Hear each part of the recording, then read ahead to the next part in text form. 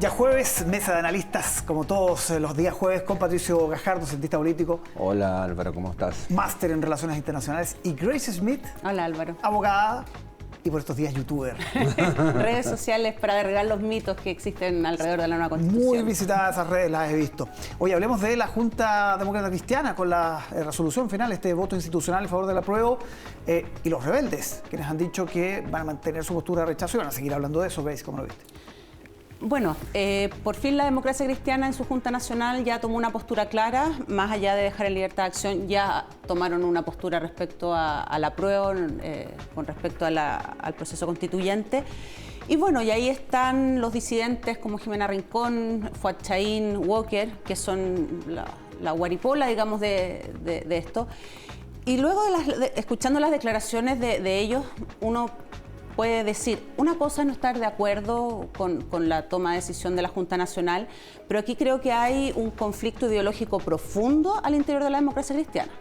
Estoy de acuerdo de eso. Sí. Además, escuchando las declaraciones de Jimena Rincón, diciendo, miren, participar en la franja del plebiscito junto a otro partido no, pero sí participar con movimientos sociales a favor del rechazo. Me parece que es un quiebre profundo. Y ahí uno dice, y ahí uno piensa, dando un pasito más, ¿por qué se mantienen entonces en un partido que decide respecto a materias tan profundas, tan relevantes? Y uno cree, bueno, el afán quizás de poder, de mantenerse en el poder y de no salirse, digamos, y no dar un paso al costado cuando ya un partido político ya no te representa, pero en absoluto. O sea, no estamos hablando de una decisión quizás sobre algún tema puntual, sino que acá tiene que ver con un proceso constituyente, con una nueva constitución, con un tema netamente ideológico. A ver, estoy totalmente de acuerdo que hay una división ideológica profunda, pero también habría que haber escuchado a Matías Walker, Jimena Rincón y Fuad Chahín, y en la evaluación que hacen sobre la Junta Nacional. Dicen, estaba todo preparado para que el resultado fuera el que fue. Incluso no los dejaron hablar a Fuad Chahín, que era el único que fue convencional demócrata cristiano en la constituyente, que podría haber presentado justamente un poco las razones de fondo por qué había que rechazar la constitución.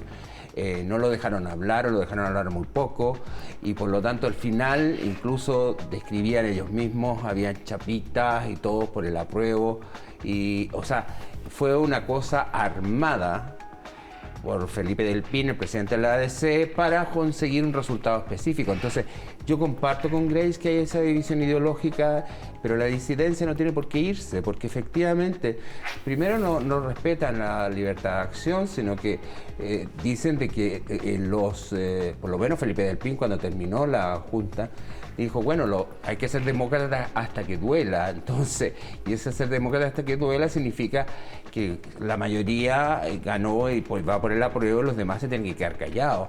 Y la disidencia, que ya casi rebeldía, no disidencia, dice que va a seguir hablando y que van a seguir en el partido. Y la propia Jimena Rincón dijo que ella va a seguir hablando. No los van a callar. Y que si se va del partido es porque la echan. A ver, pero ahí uno tiene que pensar, ¿qué es la Junta Nacional? La Junta Nacional es el órgano intermedio colegiado más representativo de un partido político, en este caso la democracia cristiana. Ganó la opción de aprobar, digamos, de respaldar el apruebo por más de un 60%. Por lo tanto, esta decisión, que por cierto fue conversada anteriormente entre los distintos consejeros, y eso es normal y es lógico, digamos, nadie llega en frío. Pero ojo, nadie llega en frío a una Junta Nacional. Entonces, me parece que no respetar. Habla de mandatos vencidos. Claro, pero a ver, una Junta que aprueba por más de un 60%, que representa a todo el Partido Demócrata Cristiano. Pero no es una cocina, Grace. Pero a ver, es que déjame terminar un segundito, Pato.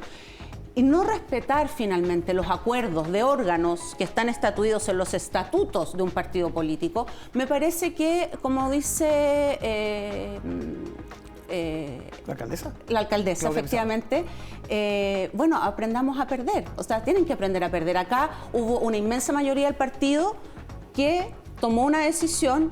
Entonces, si no te representan las decisiones de tu partido, ¿qué haces en ese partido político? A ver, A mí esa es la gran reflexión. Yo estoy de acuerdo que la Junta Nacional es una institución que es legítima y por lo tanto tiene derechos, pero los tres señalaron, tanto Jimena Rincón, Matías Walker y Fuad Chahín, de que ellos lo que estaban pidiendo era un voto, o sea, un militante, un voto, y que eso se expresara realmente como un proceso democrático en que se resolviera, no por negociaciones, que evidentemente en una junta, yo comparto contigo, Grace, uno llega con conversado y es una cocina, y eso es así y va a ser siempre así, pero un militante, un voto habría sido sí ciertamente mucho más legítimo, y ese 63% yo te lo hubiera creído mucho más en términos reales. Oye, hablemos de otro de los temas de la semana, la carta del expresidente Lagos, que también ha tenido algunas bajadas.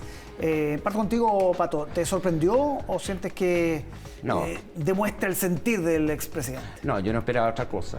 Yo estaba totalmente convencido de que Ricardo Lagos estaba en la posición que está y me representó absolutamente. Yo siempre tenía una gran admiración por el presidente Lagos, un estadista, es de los pocos estadistas que quedan en este país, que tiene una visión de futuro, que va más allá de la coyuntura. Y no, al revés. Yo creo que expresó el sentido común y el criterio de muchas personas, y particularmente de la desconcertación y de lo que han sido estos terribles 30 años para los que se rebelaron frente a eso. Gracias. A mí me desilusionó la carta, finalmente. A mí, en lo profundo me desilusionó. Yo creo que efectivamente Ricardo Lagos ha sido una figura importante desde, bueno, la lucha por retornar a la democracia en nuestro país, en la transición, bueno, y su gobierno, que uno puede criticar algunas cosas, uno puede estar de acuerdo, a favor, pero efectivamente Ricardo Lagos es un personaje importante de nuestra historia. Un hombre que se enfrentó a Pinochet, me parece... En los momentos más duros. Exacto, pero por eso a mí me desilusiona profundamente la carta de Ricardo Lagos.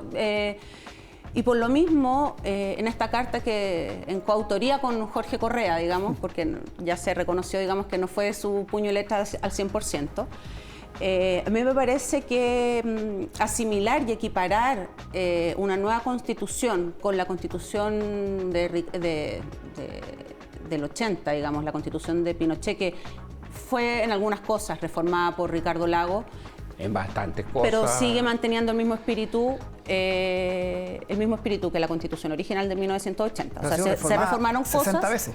Sí. Ha sido reformado muchísimas veces, pero el espíritu de la Constitución sigue siendo el mismo. Pero o sea, no es una con sus democracia quórums, protegida. los quórums, los supraquórums, digamos, etcétera, sistema político, etcétera, etcétera, digamos.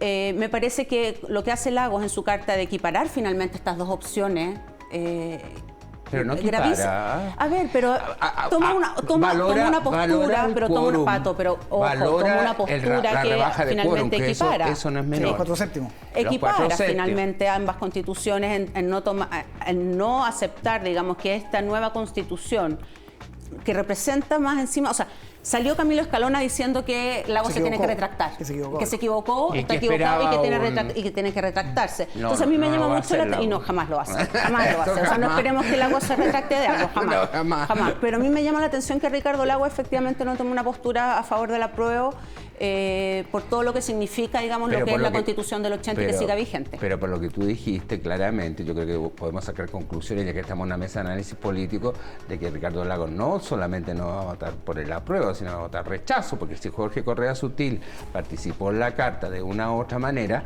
Jorge Correa Sutil tiene una clara En una entrevista posición. hoy Ricardo Lagos en una entrevista señaló también bien podía votar en blanco. en blanco, Que podía exacto, votar en no blanco, tomando una opción. postura por nada, pero que opción blanco era una opción Nos válida. queda un minuto para ver cómo este contexto económico, el dólar que tocó los 1.000 pesos, la benzina 1.200, en fin, todo lo que ustedes saben, el riesgo de recesión, impacta. Yo hablo del texto y el contexto.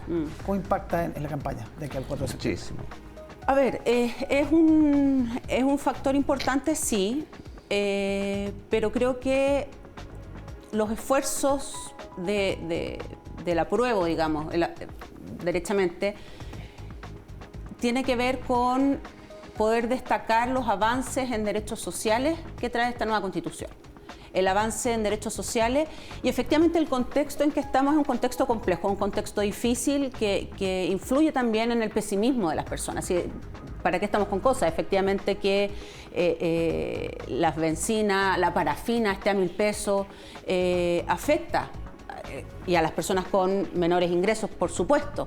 Pero me parece que el discurso del apruebo tiene que ir por esa línea, de poder dar esperanzas de que nuestro país pueda caminar hacia un rumbo de un país un poquito más justo y más equitativo. Pero hay una contradicción, o sea, yo creo que la situación y las circunstancias económicas hacen inviable y colocar un énfasis en algo que la propia convención no colocó, es decir, los derechos sociales. Perdió el tiempo o lo ganó, depende de cómo se mire, en el tema identitario, en la plurinacionalidad, en que salgan los presos políticos de la cárcel, comillas, presos del estallido. Entonces nos encontramos con una convención que tiene una muy mala evaluación. Entonces las circunstancias económicas van a tener un impacto. No me cabe la menor duda que va a ser muy difícil que a las personas se les convenza de que efectivamente estos derechos sociales, en una situación de contexto tan compleja como la que estamos viviendo, y todo indica que se va a hacer más difícil de aquí a fin de año, va a... Bueno, pero ahí cobra relevancia, por ejemplo, la importancia de la reforma tributaria, de cómo entonces la reforma tributaria puede, digamos, recaudar el dinero necesario a través de impuestos, digamos, y de normas antiabusivas. Pero la reforma tributaria tienes que pensar que tiene un impacto muy fuerte en la clase media. No es así, Pato. El corazón de la reforma tributaria, de la reforma tributaria son los altos ingresos. Pero los altos ingresos no van a conseguir jamás el 4,5%, 4,1% del PIB. Nunca. Pero ese es el corazón, no afecta mayoritariamente a la clase media. En el discurso. Va a depender también de la tramitación y de las negociaciones. Absolutamente. Bueno, eso es clave. Pues. Está por escribirse. Tengo que esperar. Grace Smith, Patricio Gajardo, muchas gracias por estar con nosotros como todos los jueves. Que esté muy bien. Que estés bien.